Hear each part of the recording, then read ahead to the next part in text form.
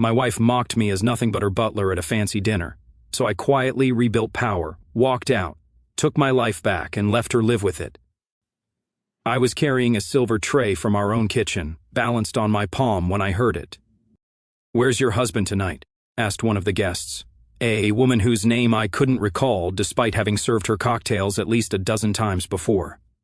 My wife's laugh floated above the ambient dinner party noise, that practiced melodic laugh she used when networking. "Him. He's nothing but my butler, darling. Mixing drinks is about all he's good for these days." The room erupted in laughter while something inside me shattered. I froze behind the kitchen door, knuckles white against the serving tray. 15 years of supporting her law career, of moving 3 times for her promotions, of playing the perfect host at her networking events. 15 years reduced to nothing but my butler. I composed myself and pushed through the door with practiced ease, smiling as I distributed appetizers. No one noticed how my hands trembled slightly or how my smile never reached my eyes. They barely looked at me at all. I was furniture, functional, necessary, but ultimately invisible. Later that night, after the guests had departed and my wife had retreated to our bedroom, I sat alone in our immaculate living room. The house still echoed with their laughter. I scrolled through my phone, looking at old photos from when we first met. Back then, I had my own ambitions. I was halfway through my MBA when we married. But then came her first big opportunity, requiring a move across the country. I put my education on hold. Temporarily, we both said. That temporary pause became permanent as each of her career advancements demanded more of my support. I had become the perfect corporate spouse without realizing it, planning dinner parties, remembering colleagues' children's names, maintaining our home as a showcase for her success. Somewhere along the way I disappeared, and worse, she had stopped seeing me as a partner. Nothing but my butler. The words replayed in my mind as I cleaned up the kitchen, methodically washing crystal glasses worth more than what most people made in a day. Each clink in the sink felt like an indictment of my choices. What struck me most wasn't just the humiliation. It was the realization that she truly believed it. In her eyes, I had become my function. The man she had once looked at with admiration, the one whose opinion she had valued and whose dreams she had championed, no longer existed. I finished cleaning and stood in our dark kitchen. Through the window, I could see the lights of the city below, a city where I knew no one outside of my wife's professional circle. I'd sacrificed my own connections when we moved here 5 years ago for her senior partnership. That night, I slept in the guest room. She didn't come looking for me, probably assumed I was just tidying up until late, as usual. The distance between us had grown so normal that my absence from our bed didn't even register as unusual. The morning brought clarity. As I prepared her usual breakfast, sliced fruit, avocado toast, and that ridiculously expensive coffee she insisted on, I made a decision. This wouldn't be a dramatic confrontation or an emotional scene. Those weren't my style, and they wouldn't be effective with her anyway. No, this required strategy, the kind of careful planning she herself would appreciate in a legal case. I served her breakfast with the same attentive precision I always did. She barely looked up from her tablet, mumbling a distracted thanks. "The party was a success," I remarked casually, pouring her second cup of coffee. "Oh yes, the Henderson account is practically secured now. Not thanks for making it happen or we make a good team. Just the outcome that mattered to her." As she left for work, kissing the air beside my cheek in that absent way she had developed, I began formulating my plan. The butler was about to resign his position, but not before serving one final unforgettable course of reality. Our relationship wasn't always like this.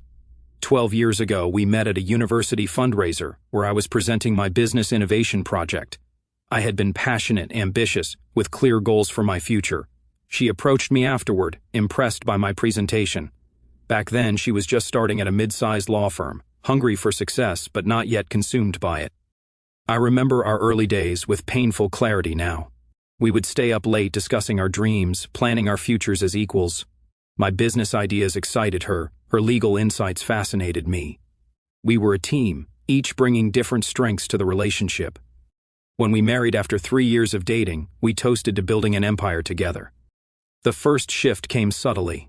Her firm offered her an opportunity in another city, a significant promotion that would put her on the partner track. We discussed it for weeks, weighing the pros and cons. I had just secured funding for my startup, but the investors were local. "It's just timing," she said. "Your ideas will work anywhere. My opportunity is now." Her eyes had shone with such ambition, such certainty. I believed her. I believed in us, so I sold my stake in the startup to my partners at a fraction of its potential value and moved with her. A temporary setback, we called it. I would rebuild in the new city. For a while I tried. I networked, pitched new ideas, took consulting jobs. But each time I gained momentum, her career would demand more support, important clients coming for dinner with 6 hours' notice, weekend retreats with her firm that required a spouse's presence. Gradually, my professional contacts dwindled as I became known primarily as her husband. The second move came 3 years later. Another city, another promotion. By then, the pattern was established. I handled the relocation logistics, found us a home in the right neighborhood, researched the best dry cleaners, grocery stores, and restaurants to entertain her colleagues. My own professional identity had faded to a watermark. I opened my laptop and logged into our joint account, reviewing the financial history I knew by heart. My contributions had become minimal years ago, occasional consulting work that I squeezed in between managing our household. Her income had grown exponentially, and with it, her sense of entitlement. I clicked through to a separate folder where I'd stored emails from former business contacts. Some had gone on to remarkable success. One had even taken an idea we had developed together and turned it into a thriving company. I hadn't allowed myself to feel bitter about that. It had been my choice to step back after all. But had it really been a choice, or had I been maneuvered so gradually that I never noticed the shrinking of my world? I pulled out an old notebook from my desk drawer, the one where I used to sketch business plans. The pages were filled with ideas, market analyses, potential investors. The handwriting was mine, but it felt like it belonged to someone else now, someone with agency and ambition. The phone rang, interrupting my thoughts. It was her, asking if I could pick up her dry cleaning before her dinner meeting, not asking if I had plans, not even considering that I might be doing something important. Of course, I replied automatically. Anything else you need? Could you also call the caterer for next week's event? I want to make sure they understand the Henderson account has dietary restrictions. No please, no thank you, just expectations. After hanging up, I sat motionless, staring at the wall calendar filled with her appointments, her deadlines, her priorities. When had I last scheduled something just for myself? The revelation at the dinner party wasn't really a revelation at all. It was simply the first time I'd heard spoken aloud what had been true for years. I had become staff. An employee without benefits, working for appreciation that never came. I opened a new browser window and did something I hadn't done in years. I updated my resume. The gaps were glaring, but between them lay experience that could be reframed: event management, client relations, logistics coordination, budget oversight. I had been running a household like a small business, just not for my own profit. The dry cleaning would still be picked up. The caterer would be called. The dinner would be prepared. But behind these routine actions, something was changing. With each mechanical task I performed that day, I felt more distant from them, observing myself going through motions that no longer defined me. That evening, as I prepared dinner, I heard her key in the lock. She entered already on the phone, nodding absently at me as she continued her conversation about case precedent and billable hours. I set her plate at her usual spot, poured her favorite wine. She ended her call and sat down, taking a bite without comment. I watched her, really looked at her. For perhaps the first time in years, she was successful, powerful, completely self-assured, and utterly oblivious to the shift that had occurred within me. "This is good," she said, gesturing vaguely at the plate. "Thank you," I replied, and silently added, "Enjoy it while it lasts."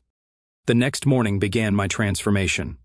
I woke before her as usual, but instead of immediately preparing breakfast, I spent an hour researching on my laptop. First order of business, understand our financial entanglement.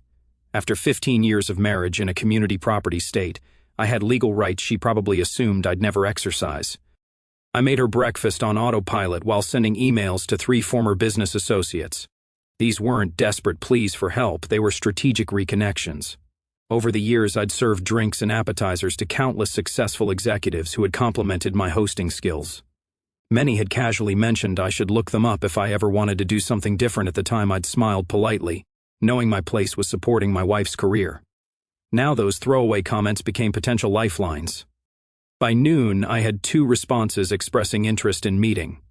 These weren't charity offers. These people had witnessed my organizational skills, my attention to detail, my ability to handle complex logistics under pressure, skills that had value beyond our household. That afternoon, while running errands, I opened a separate bank account. The initial deposit was modest, consulting fees from a small project I'd done 6 months ago that she hadn't even noticed. I'd managed our household finances so efficiently for years that she never questioned where the money went, as long as everything ran smoothly. I also consulted with a divorce attorney, not to file immediately, but to understand my options.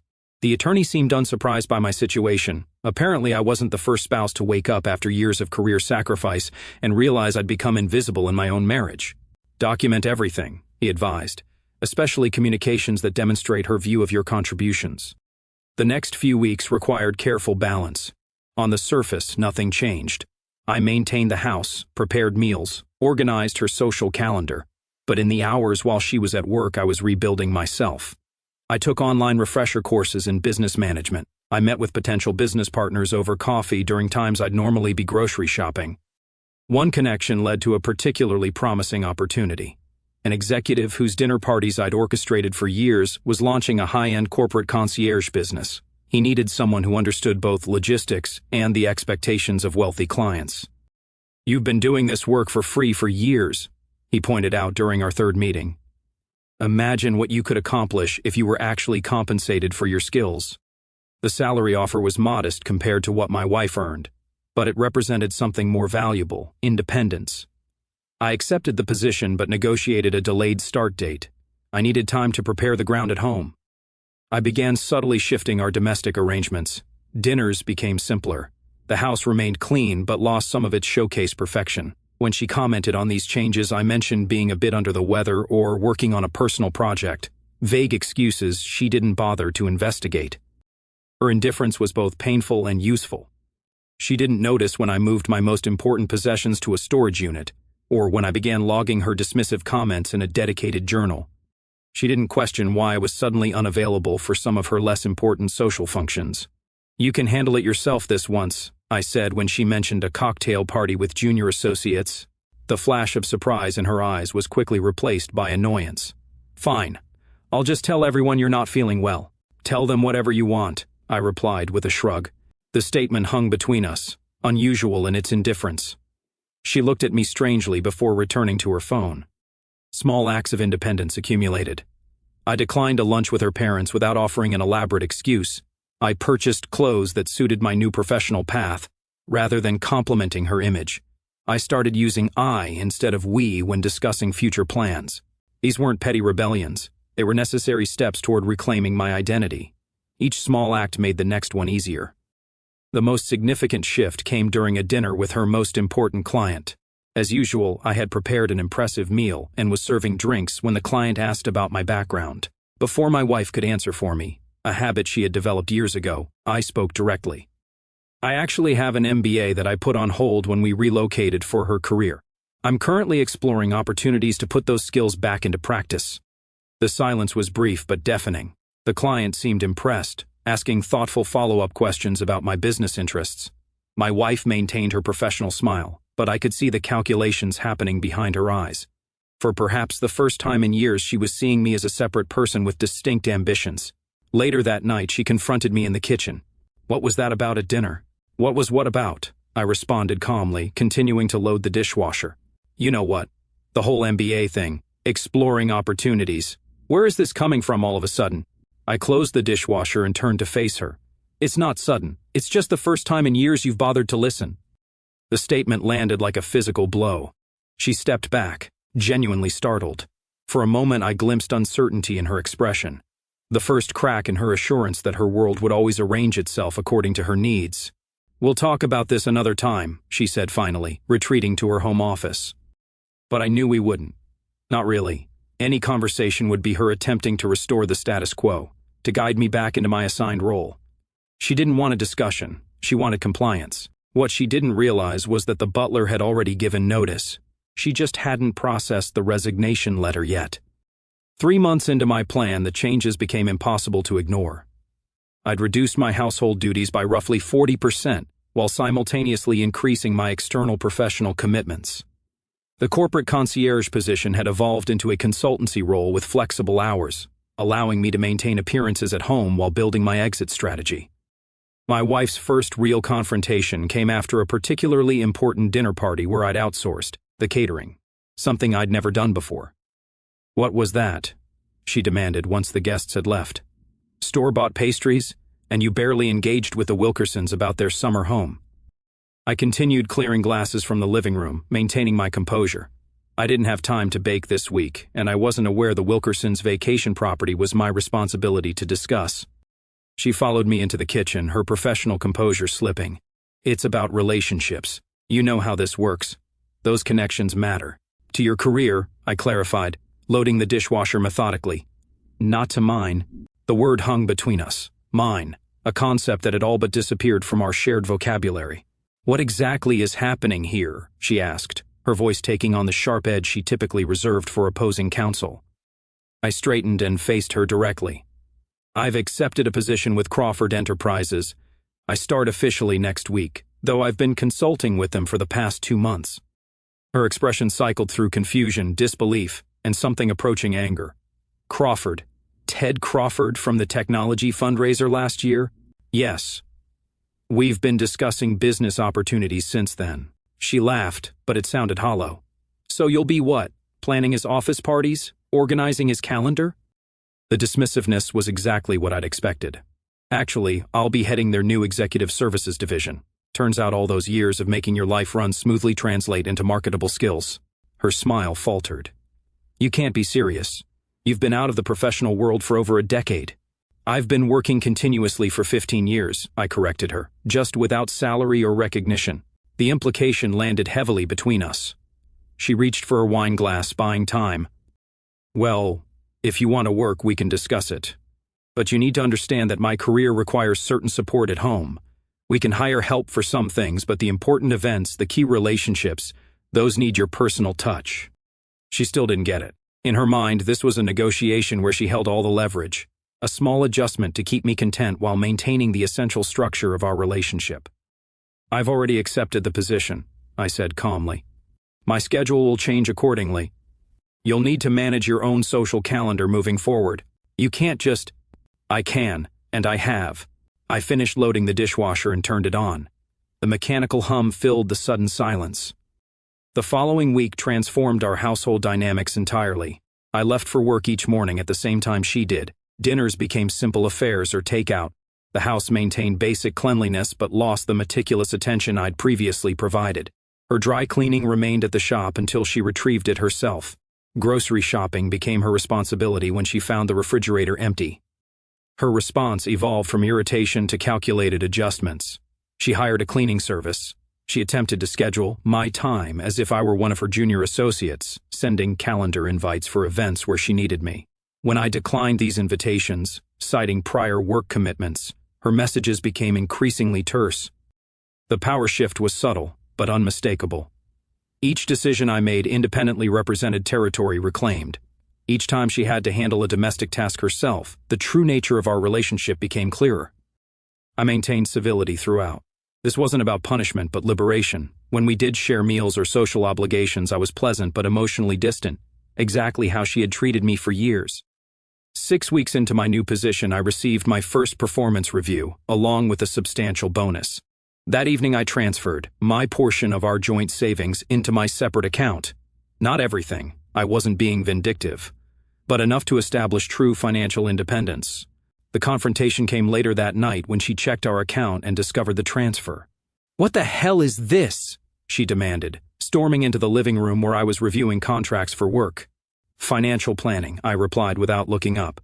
"I'm establishing separate accounts appropriate to my new professional status. You can't just withdraw joint funds without discussion." I placed my papers aside and met her gaze.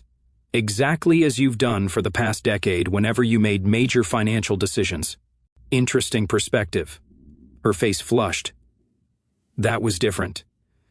I was the primary income earner, and now we both earn. Things change. She paced the room, legal mind clearly calculating angles and leverage.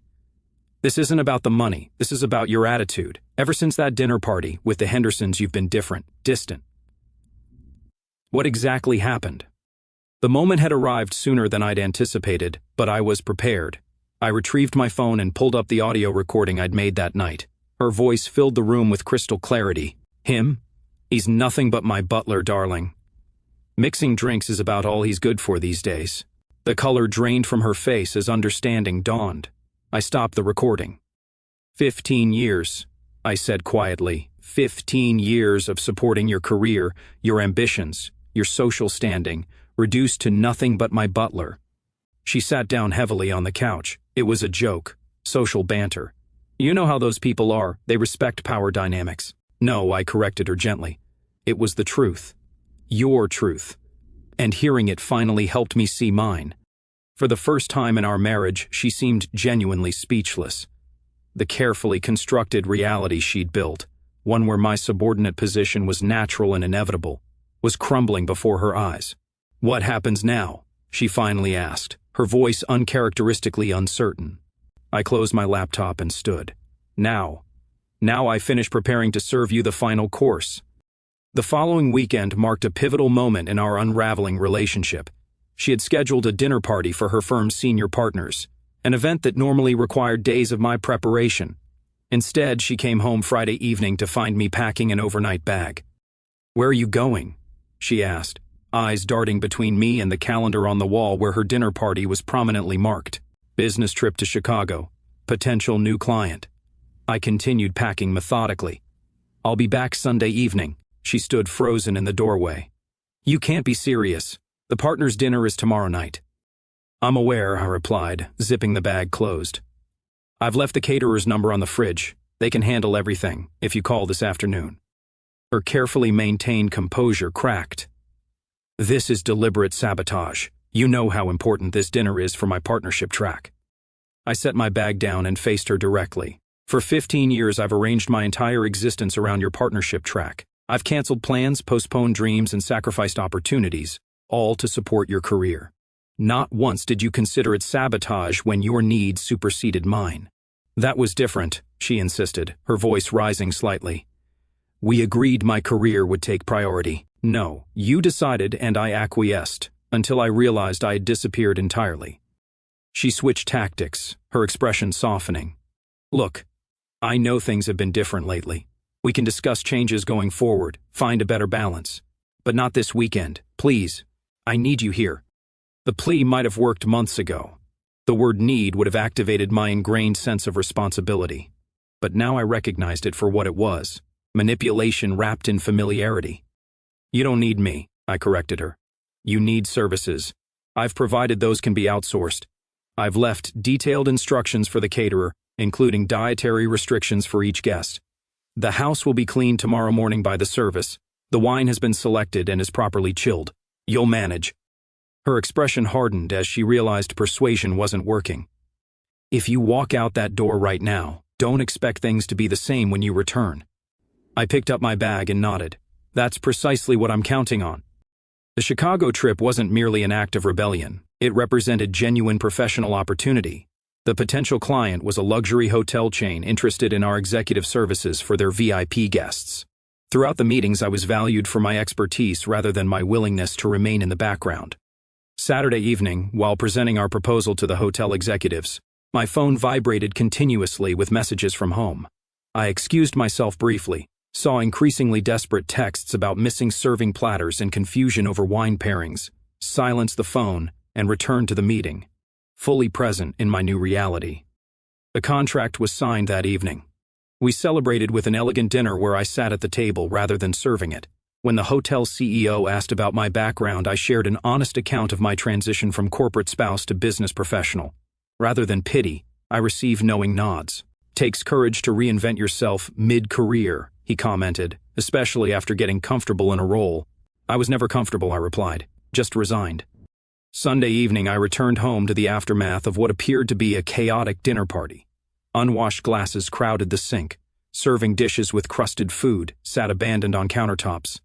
The dining room table remained partially cleared, evidence of a hasty conclusion. She sat in the living room, still wearing yesterday's outfit, staring at her laptop screen without seeing it. When I entered, she looked up with reddened eyes. "How was your trip?"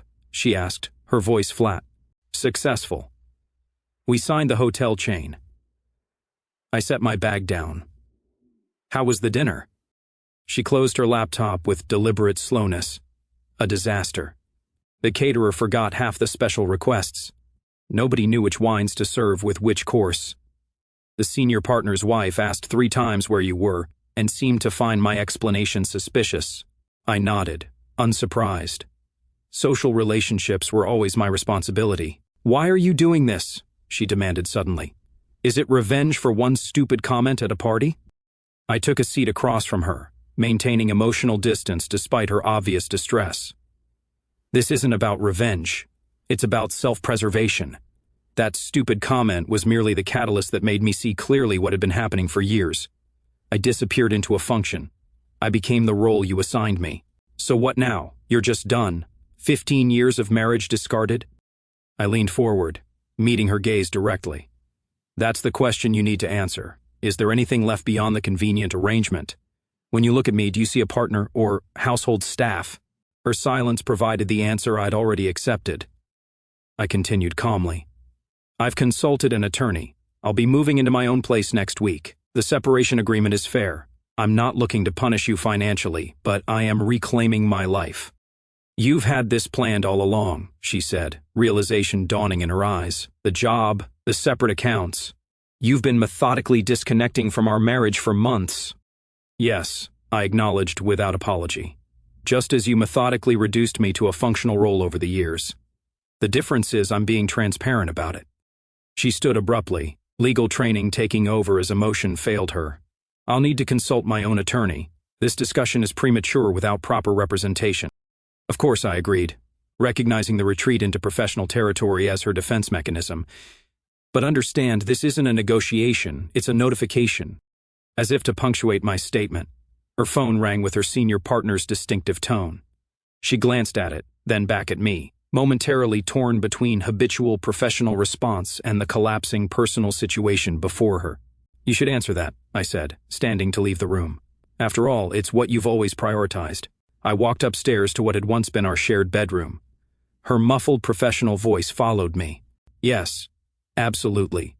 No, just a minor household issue. Of course, the deal is still on track." Even now, facing the end of our marriage, appearances came first. The irony wasn't lost on me as I began packing what remained of my essential belongings. The butler's final service was nearly complete, showing her exactly what her life would be like without me in it. 6 months after moving out, I sat across from my soon-to-be ex-wife and our respective attorneys in a mediation room.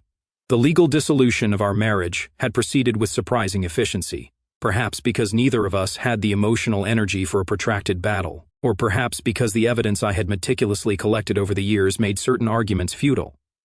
She looked different, thinner, with subtle shadows beneath her eyes that even expensive concealer couldn't fully hide. Her power suit, once a second skin, seemed to hang slightly looser on her frame. I recognized the signs of someone whose carefully controlled world had shifted on its axis. "We've addressed the financial settlement and property division," her attorney stated, shuffling papers with practiced precision. "The only remaining point of contention involves social connections and professional relationships developed during the marriage." I nearly laughed at the absurdity. She was attempting to legally prevent me from maintaining relationships with contacts we'd made during our marriage. Contacts who would become my clients and colleagues. My attorney responded calmly. "My client has established independent professional relationships with these individuals. They've chosen to work with him based on his merits and services. There is no legal mechanism to restrict such associations." Her eyes met mine across the table. For a brief moment, I glimpsed something beyond anger or pride, perhaps genuine regret, but it vanished quickly behind her professional mask. "Fine," she conceded. "I withdraw the request." The meeting concluded with signatures and formal handshakes. 15 years of marriage reduced to assets and liabilities, divided with mathematical precision. As we rose to leave, she asked if she could speak with me privately. Our attorneys exchanged glances before stepping outside. When the door closed, silence stretched between us. She seemed smaller somehow, less formidable than the woman who had dominated our relationship for so long. "Your business is doing well," she said finally. Not a question, but an observation. "Yes," I confirmed. "We've expanded to 3 major cities. The hotel chain contract opened significant opportunities." She nodded, looking down at her manicured hands. "I saw you in the business journal last month. Innovative approach to executive services or something like that. Something like that, I agreed, waiting for whatever she truly wanted to say. She sighed, finally meeting my gaze directly. I didn't see it happening, any of it. How things changed between us, how I changed you. It was so gradual that it just became normal. I know, I replied, and I meant it. I hadn't seen it either until that moment of clarity at the dinner party. That's how these things work, small compromises that accumulate until the original relationship is unrecognizable. My partnership vote is next month, she said, changing subjects abruptly. It's not looking promising. Apparently I'm difficult to work with, too demanding, unwilling to delegate. Her laugh held no humor. The senior partner's wife has stopped inviting me to her charity events. Turns out you were the one they actually enjoyed having there. I felt no satisfaction at her professional struggles. That had never been my intention.